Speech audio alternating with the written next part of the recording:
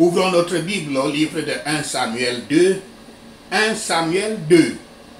Chanson victoriale, méchanceté et malédiction divine. Chanson victoriale, méchanceté et malédiction divine. 1 Samuel 2, verset 1 à 11. La chanson d'action de grâce de Anne ou Anna. Verset 1 à 5. Bien qu'elle sache qu'elle abandonnera son fils premier-né tant désiré, Anna ressent une grande joie dans la naissance de Samuel. Sa prière en réponse à sa naissance a un certain nombre de caractéristiques à noter. Elle emploie le parallélisme et le symbolisme, indiquant le format d'un psaume. Comme d'autres psaumes bibliques, la prière de Anna est adressée à Yahweh et reflète ses louanges et ses actions de grâce. Ce qui a commencé car son expression personnelle de gratitude devient une partie de l'écriture pour que tous lisent et répètent comme édification de l'âme jusqu'à ce jour. Ces paroles d'éloge semblent refléter les expériences passées d'Israël, en particulier l'Exode. Notez l'utilisation du rocher au chapitre 2, verset 2, au verset 2 de ce chapitre, et aussi dans Deutéronome 32, verset 30 à 31. Et notez aussi l'expression corne, comme dans Deutéronome 33, verset 17. Nous devons toujours faire des louanges à Yahweh pour toute bonté qu'il a faite dans nos vies. La fidèle Anna a fait exactement cela avec ses chansons. Les Écritures nous invitent à toujours chanter les chants de louange à notre Seigneur Yahweh. Psaume 34, verset 1 dit « Je vais exalter Yahweh en tout temps, ses louanges seront toujours sur mes lèvres. » Fin de citation. Et Éphésiens 5, verset 19 à 20 dit « Chantez et faites de la musique de votre cœur à Yahweh, en remerciant toujours Dieu le Père pour tout, au nom de notre Seigneur Yahshua Christ. » Fin de citation. Les chansons sont avant tout des prières puissantes. Yahweh habite dans l'atmosphère des louanges qui sont meilleures avec les chants. Psaume 22, verset 3 dit, je cite, « Mais tu as sacré, ô toi qui habites les louanges, mais tu es sacré, ô toi qui habites les louanges d'Israël. » Fin de citation. Anna a chanté la victoire, principalement sur l'esprit feutré de sa coépouse, avec des moqueries sur sa stérilité passée. Versets 6 à 10. Le psaume de Anna ne se concentre pas sur son chagrin, sa souffrance et même sa bénédiction. Plutôt, il se concentre sur son Dieu qui est saint, fidèle, omniscient, gracieux, tout-puissant et un souverain renverseur des circonstances, celui qui change les circonstances comme il veut. Celle de Anna est une expression de foi magnifique à un moment où elle abandonne son unique enfant. Verset 10. Anna parle de Yahweh, donnant force à son roi. Bien qu'Israël n'ait jamais eu de roi humain en ce moment, en ce sens, sa chanson est prophétique. Son fils Samuel finira par oindre le premier et le second roi d'Israël. Il y a beaucoup de versets dans cette chanson qui sont de bons points de prière que nous pouvons utiliser. Si vous suivez les ordres de Yahweh, il ne peut envoyer une mort subite ou une pauvreté prématurée dans votre vie. comme cela est dit dans Deutéronome 28, versets 1 à 14.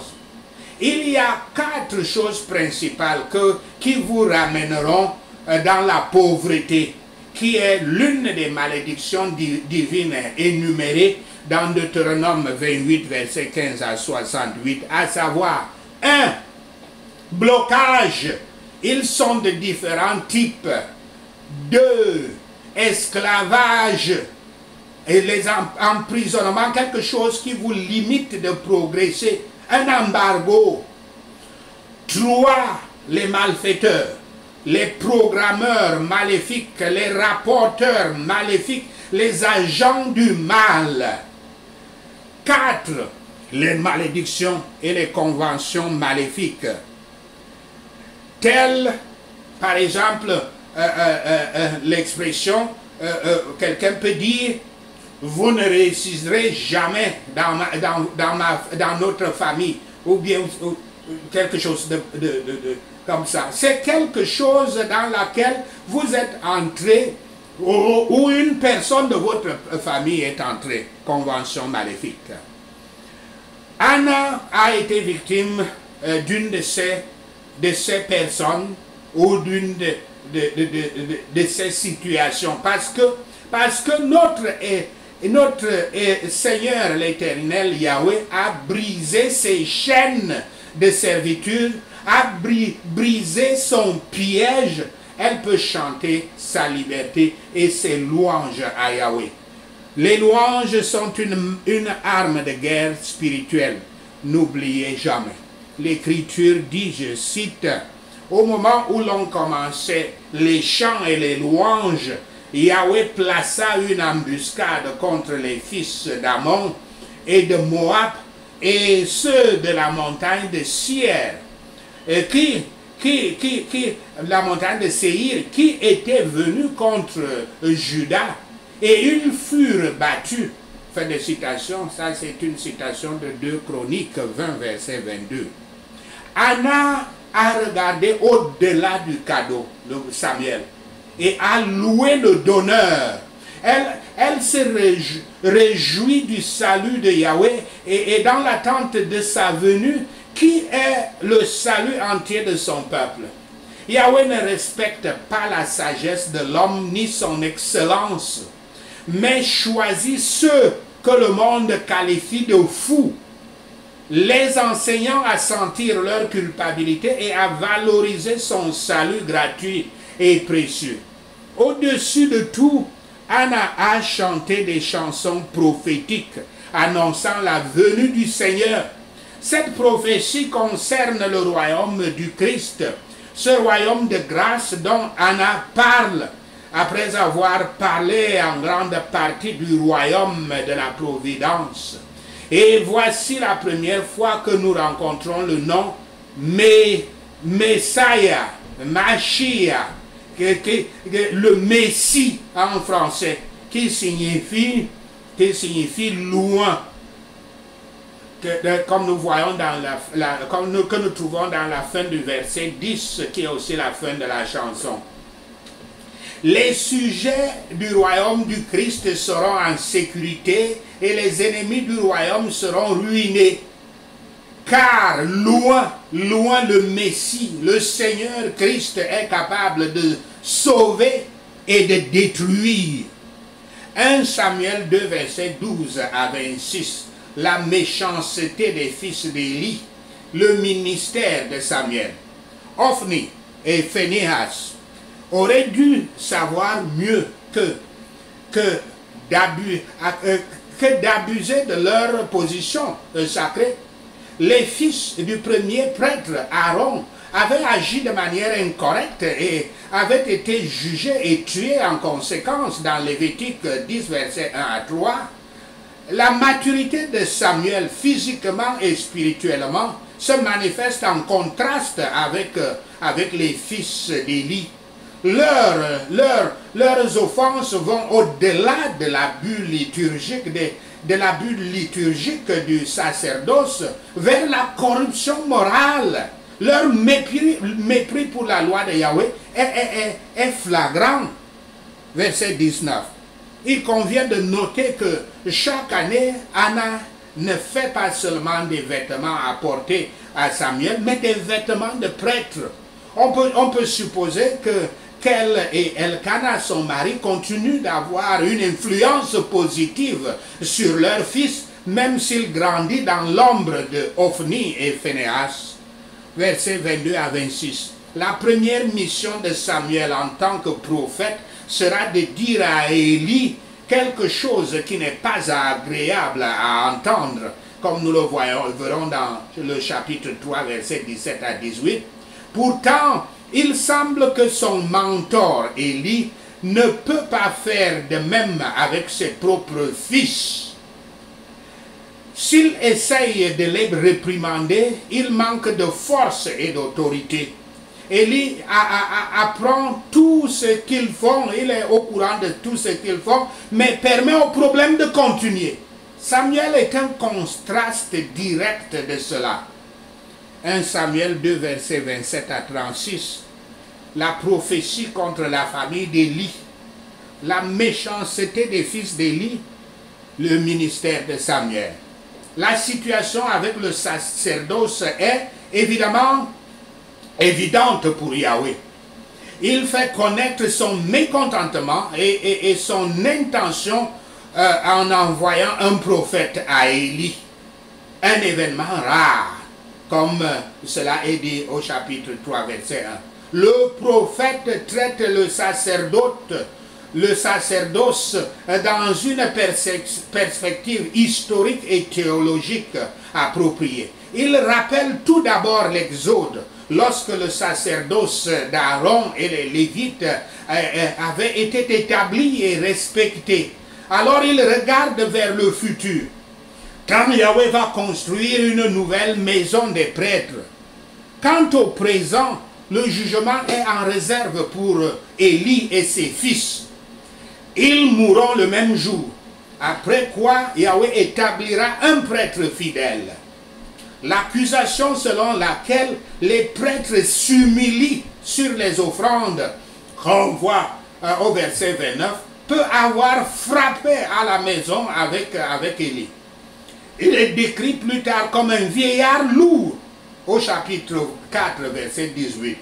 Pourtant, aujourd'hui, ce que nous voyons partout dans les églises mondaines, ce sont des chefs d'église et des ministres qui s'engraissent sur les offrandes. Samuel était dévoué à Yahweh d'une manière spéciale, avec une disposition pieuse d'esprit. Il avait été appelé à servir Yahweh.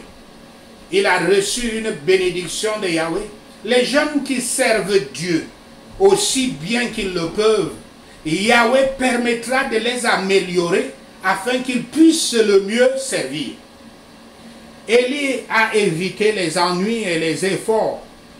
Cela l'a amené à tolérer les fautes de ses enfants sans utiliser l'autorité parentale pour les restreindre et les corriger comme ils sont jeunes.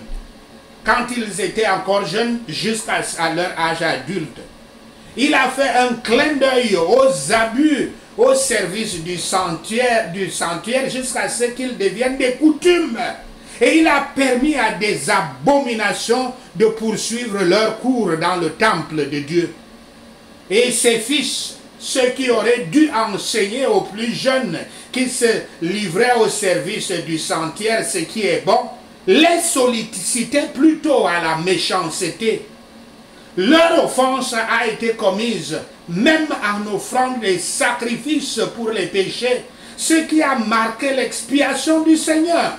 Les péchés contre le remède, l'expiation même, sont les plus dangereux. Ils marquent le sang de l'alliance. Le reproche d'Élie était trop doux et gentil. En général, les enfants dégénérés des personnes divines, des hommes de Dieu, sont plus hors de contrôle que quiconque lorsqu'ils brisent les contraintes.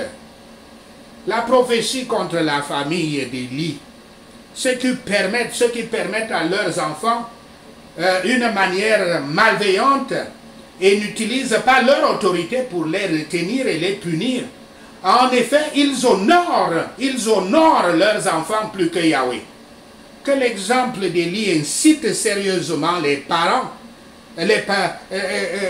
qu'il incite sérieusement qu'ils incitent sérieusement les parents à lutter contre les débuts de la méchanceté et à former leurs enfants dans l'entretien et l'avertissement du Christ. Au milieu de la sentence contre la maison d'Élie, la miséricorde est promise à Israël. L'œuvre de Yahweh ne tombera jamais au sol, ne tombera jamais au sol, faute de main pour la porter. Christ est ce souverain sacrificateur, miséricordieux et fidèle que Yahweh a élevé lorsque le sacerdoce lévitique a été jeté. Christ a fait la volonté de son Père en toutes choses. Pour lui, Yahweh construira une maison sûre, la construira sur un rocher, de sorte que l'enfer ne peut pas prévaloir contre elle. Sachez cela et le Seigneur Yahweh vous bénira. Amen. Prenons ces points de prière. Ces guerriers qui sont debout pour me détruire, Père Yahweh détruit leur arc et au nom de Yahshua le Messie. Si je trébuche, Seigneur, arme-moi avec force au nom de Yahshua le Messie. Où je suis pauvre et nécessiteux, Père Yahweh, élève-moi de la poussière au nom de Yahshua le Messie, je prie. Seigneur Yahweh, assois-moi avec les princes et fais-moi hériter du trône d'honneur au nom de Yahshua le Messie. Devant mes ennemis furieux, Yahweh El Shaddai, exalte mes cornes au nom de Yahshua le Messie. Tout blocage formé contre ma vie, Père Yahweh, renverse-le au nom de Yahshua le Messie. Tout esclavage qui m'enferme, Seigneur, brise-le et libère-moi au nom de Yahshua le Messie, je prie. Tout malfaiteur programmant l'affliction dans ma vie, Père Yahweh, brise son pouvoir et élève-moi au nom de Yahshua le Messie. Toute malédiction prononcée contre mon progrès, Seigneur Yahweh, brise-la par le sang du Christ. Au nom de Yahshua le Messie, nous prions. Toute convention maléfique dans laquelle moi et ou quelqu'un de ma famille est entré, Père Yahweh, annule-la et libère-nous. Au nom de Yahshua le Messie, je prie. Quiconque s'oppose à Yahweh pour m'affliger, soit brisé au nom de Yahshua le Messie. Quiconque utilise la méchanceté pour me détruire, Père Yahweh, réduis-le au silence dans les ténèbres. Au nom de Yahshua le Messie, nous prions.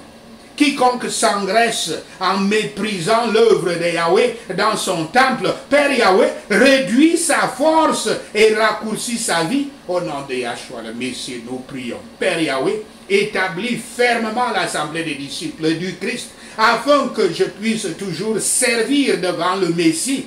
Merci Seigneur. Au nom de Yahshua le Messie, nous prions. Merci Seigneur Yahweh d'avoir entendu nos prières. Merci Père pour tes réponses à nos prières. Seigneur, nous te rendons gloire, nous te louons, nous t'adorons. Au nom de Yahshua le Messie, nous prions. Amen. Alléluia.